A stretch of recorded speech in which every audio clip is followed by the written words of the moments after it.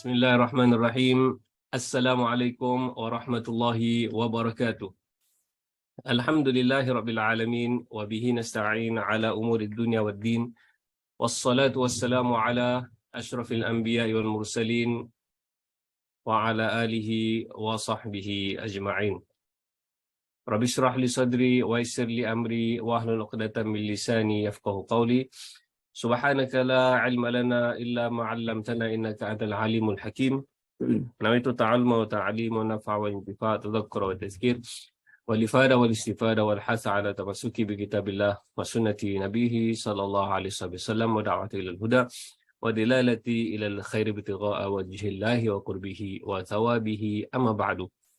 Alhamdulillah, para penonton yang saya muliakan, kita bersyukur kepada Allah Subhanahu wa ta'ala yang mengurniakan kepada kita terlalu banyak nikmat.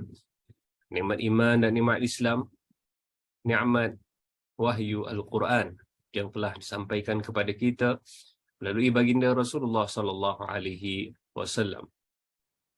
Kita bersyukur kepada Allah yang telah mengurniakan kita dapat bertemu bulan Ramadan yang mulia ini.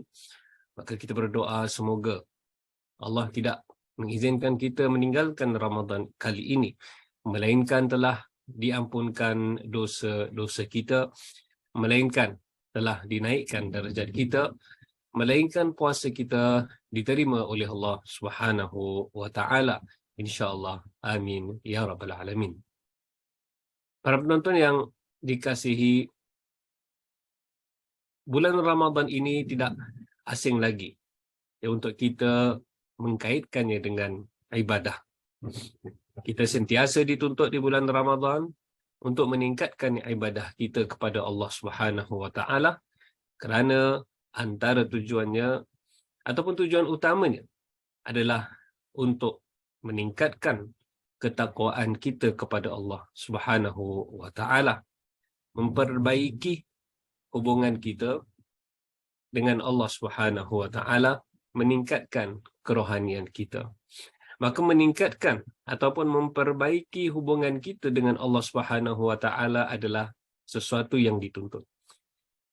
Ini yang perlu diingatkan, ditekankan. Kerana mungkin kita kadang-kadang kita melakukan ibadah-ibadah yang tertentu, kita mendirikan solat dan sebagainya, malah kita mengaji Al-Quran dan sebagainya, kadang-kadang kita rasa tertumpu kepada aksi ataupun perbuatan ibadah itu sendiri. Contohnya kalau ya anda ahli penggerak ya dan sebagainya, ya ahli Quran, guru Al-Quran dan sebagainya, malah mengaji Al-Quran kadang-kadang terlalu fokus kepada tajwidnya, kepada makhrajnya, kepada sifat hurufnya untuk memastikan bacaannya betul. Begitu juga untuk ibadah. Dia kadang-kadang terlalu fokus kepada rukunnya ataupun terlalu fokus kepada bacaannya yang indah, alunannya, lagunya dan sebagainya.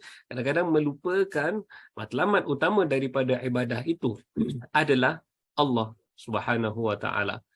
Kan kita solat semua lillahi ta'ala, kita puasa lillahi ta'ala, tetapi kadang di dalam solatnya, di dalam puasa kita, di dalam mengaji kita lupa yang ini sebenarnya kita ingat Allah Subhanahu wa taala. Ibadahnya ini adalah kerana Allah Subhanahu wa taala, untuk menjalinkan hubungan kita dengan Allah Subhanahu wa taala. Ya, kita anda membaca Al-Quran, mengaji Al-Quran, itu adalah hubungan. Ya, anda membaca, mendengar, kalau dibacakanlah maknanya hubungan Allah, komunikasi Allah Subhanahu wa taala dengan anda. Bila anda solat, bila anda berdoa dan sebagainya, itulah komunikasi anda dengan Allah Subhanahu wa taala. Maka semuanya adalah kait rapat dengan antara kita dengan Allah Subhanahu wa taala, adalah satu perkara yang perlu dijalinkan, perlu dihidupkan jalinan ini, perlu dihidupkan perasaan ini. Malah lebih daripada sekadar jalinan, lebih daripada sekadar hubungan, kita dituntut di dalam agama untuk mewujudkan, ya, lebih daripada menjaga halal haram dan sebagainya, lebih daripada sekadar menjaga kita punya kewajipan-kewajipan agama ibadah, tetapi bagaimana untuk melahirkan dan mewujudkan di dalam hati kita rasa cinta kepada Allah Subhanahu wa taala, cinta kepada baginda Rasulullah sallallahu alaihi wasallam. Itu seolah-olah tema utama yang kadang-kadang kita lalaikan. Tema di dalam agama kita ini tema cinta kepada Allah, cinta kepada baginda Rasulullah sallallahu alaihi wasallam, cinta kepada saudara-saudara se-Islam kita. Kadang-kadang kita bataskan cinta kita ini kepada pasangan kita sahaja, kepada anak-anak kita, sedangkan di dalam agama kita dituntut untuk cinta di mana-mana semua, kepada Allah Subhanahu Wa Taala dengan baginda Rasulullah SAW, dengan sahabat-sahabat, teman-teman, saudara-mara kita dan sebagainya. Ya, baik. Jadi cinta kepada Allah Subhanahu Wa Taala adalah sesuatu yang dituntut.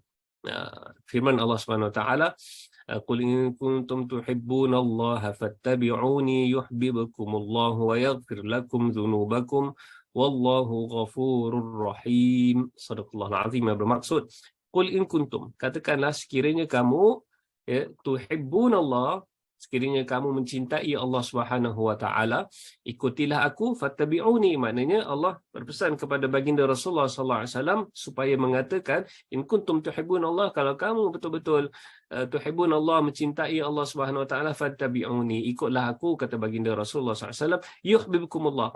Maka cara untuk kita mewujudkan dan memanifestasikan cinta kepada Allah SWT ini adalah dengan fattabi'uni, ikuti baginda Rasulullah SAW, ikuti ajaran baginda Rasulullah SAW, ikuti, amalkan agama kita, yuhibbukumullah, dan itu yang akan menyebabkan Allah, niscaya Allah akan mengasihi kamu. Yuhibbukumullah, nescaya Allah akan mengasihi kamu. Bukan itu sahaja, dengan Allah mengasihi kamu, wa yaghfir lakum dzunubakum, dan Allah akan mengampunkan segala dosa-dosa kamu, wallahu ghafurur rahim, dan Allah Subhanahu wa taala itu Maha Pengampun lagi Maha mengasihi kita. Ini hamba-hambanya. Jadi daripada ayat ini kita baca, bukan saja apa yang disebutkan pada awalnya, tetapi di akhirnya wallahu ghafurur rahim. Itu saja sudah mengingatkan kita, wallahu ghafur, Allah itu Maha mengampunkan dosa-dosa kita. Rahim, Allah itu Maha mengasihi kita, hamba-hambanya. Allah Maha menyayangi kita. Itu terjemahannya Maha Penyayang ataupun Maha Mengasihi. Maknanya memang ada sebenarnya, kita tidak pernah sebenarnya asing daripada, jauh daripada Allah Subhanahu Wa Taala, jauh daripada cinta Allah Subhanahu Wa Taala. Kata kalau tidak silap saya, kata Ibn Athaillah Sakandari, ulama besar, katanya kita tidak pernah jauh daripada Allah, tidak pernah jauh daripada kita, tapi kita dihijabkan oleh dosa-dosa kita. Kita dihijabkan oleh hati kita yang kotor dengan maksiat dan lalai daripada mengingati Allah Subhanahu Wa Taala. Jadi bagaimana kita mendekatkan diri kepada Allah? Bagaimana untuk kita mendapat dan meraih cinta Allah Subhanahu Wa Taala itu? Kata sabda Rasulullah sallallahu alaihi wasallam, hadisnya, wa ma yazalu 'abdi yataqarrabu ilayya bin nawafil hatta uhibbah. Ini hadis qudsi ya. Fa idza ahbabtuhu kuntu sam'ahu alladhi yasma'u bihi wa basarahu alladhi yubsiru bihi wa yadahu allati yabtishu biha wa rijlahu allati yamshi biha wa in sa'alani la'utiyannahu wa la in ista'adzani la'u'idhannahu, atau kama qala Rasulullah sallallahu alaihi wasallam. Bermaksud, hamba-Ku sentiasa mendekatkan diri kepadaku, iaitu Allah Subhanahu Wa Taala. Di sini di hadis qudsi ini menyatakan Allah, kita ini, iaitu hamba-hamba-Ku, mendekatkan diri kepadaku, yataqarrabu ilayya, maknanya kita nak mendekatkan diri kepada Allah Subhanahu Wa Taala adalah bin nawafil. Yang pertama, dengan melakukan amalan-amalan sunnah, hatta uhibbahu, hatta uhibba, sehinggalah aku uhibbahu, mencintainya. Itu pertama. Nak mendapatkan cinta Allah Subhanahu Wa Taala, pertama. Tapi sebelum nawafil, yang utama wajiblah. Maknanya perlu yang Allah suruh kita buat, barulah layak untuk dapat kebaikan tersebut. Tapi kalau kita nak buat nawafil, nak buat kebaikan tu, nak buat kebaikan ini, tapi yang asasnya, yang wajibnya, solat fardu 5 waktu kita tak buat, macam manalah nak dapat yang seterusnya. Jadi selain daripada yang wajib, untuk kita mendapatkan cinta Allah Subhanahu Wa Taala adalah bin nawafil, dengan melakukan amalan sunnah, mengikut panduan, mengikut amalan baginda Rasulullah SAW, hatta uhibbah. Maknanya di sini jelas, kalau melakukan perkara ini hatta uhibba, maka kita akan sampai kepada Allah Subhanahu Wa Taala menyayangi kita. Fa idza ahbabtuhu, maka apabila aku mencintainya, kuntu sam'ahu alladhi yasma'u bihi, dan seterusnya. Ini adalah ganjaran, kelebihan, iaitu kita lebih dekat dengan Allah Subhanahu Wa Taala. Maksud hadis tersebut secara umum, aku akan memberi petunjuk. Maka apabila aku telah mencintainya, maka aku akan memberi petunjuk pada pendengaran yang ia gunakan untuk mendengar, memberi petunjuk pada penglihatannya yang digunakan untuk melihat, memberi petunjuk pada tangannya yang ia digunakan untuk memegang, memberi petunjuk kepada kakinya yang ia gunakan untuk berjalan. Jika ia memohon sesuatu kepadaku, wa in sa'alani la'utiyannahu, jika ia memohon sesuatu kepadaku, pasti aku akan mengkabulkannya, dan jika ia memohon perlindungan, masa pasti aku akan melindunginya. Atau saya kita dengar selalu orang kata minta doa wali-wali Allah SWT, doanya makbul. Sebab apa? Mereka sayang Allah, mereka disayangi oleh Allah SWT, dan perbuatan mereka adalah amalan yang soleh, ibadah yang benar, mengikut panduan baginda Rasulullah sallallahu alaihi wasallam. Jadi di sini kita menyebutkan, hadirin ataupun para penonton yang dirahmati Allah Subhanahu Wa Taala. Jadi bila kita sebut perkara ini adalah berkaitan dengan ibadah. Jadi bulan Ramadan ini, bulan Ramadan ini adalah bulan Al-Quran, adalah bulan ibadah, maka janganlah kita sia-siakan peluang yang diberikan kepada kita bulan Ramadan ini. Bagaimana untuk meningkatkan kecintaan Allah Subhanahu Wa Taala. Kecintaan pertama, kecintaan kita kepada Allah Subhanahu Wa Taala. Itu lagi satu perkara yang kita sebut tadi, bagaimana untuk mendapatkan cinta Allah Subhanahu Wa Taala.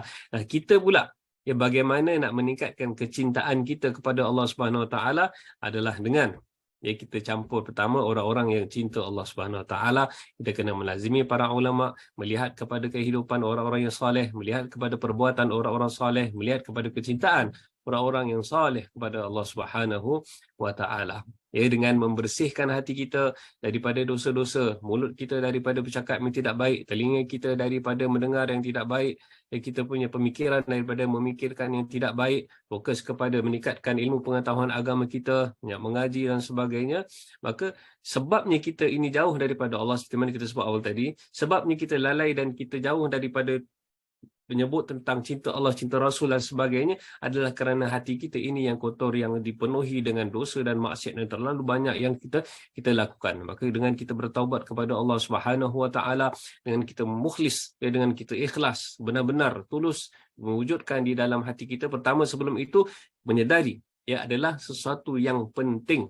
Sesuatu yang penting untuk kita mewujudkan di dalam hati kita perasaan cinta tersebut kepada agama kita, kepada Allah, kepada baginda Rasulullah sallallahu alaihi wasallam. Ini yang kita kena wujudkan. Kita lihat sekarang zaman ini anak-anak muda, malah bukan anak-anak muda lah, bapa-bapa anak semua dan sebagainya pun, kadang-kadang di dalam hati mereka, cinta mereka adalah kepada kadang-kadang ahli dunia, kepada ahli maksiat, kepada artis, kepada pemain ataupun ahli sukan dan sebagainya.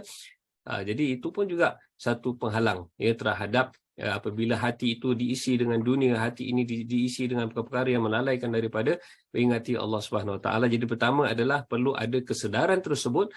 Yang pertama perlu di dalam hati kita ada perasaan tersebut, ada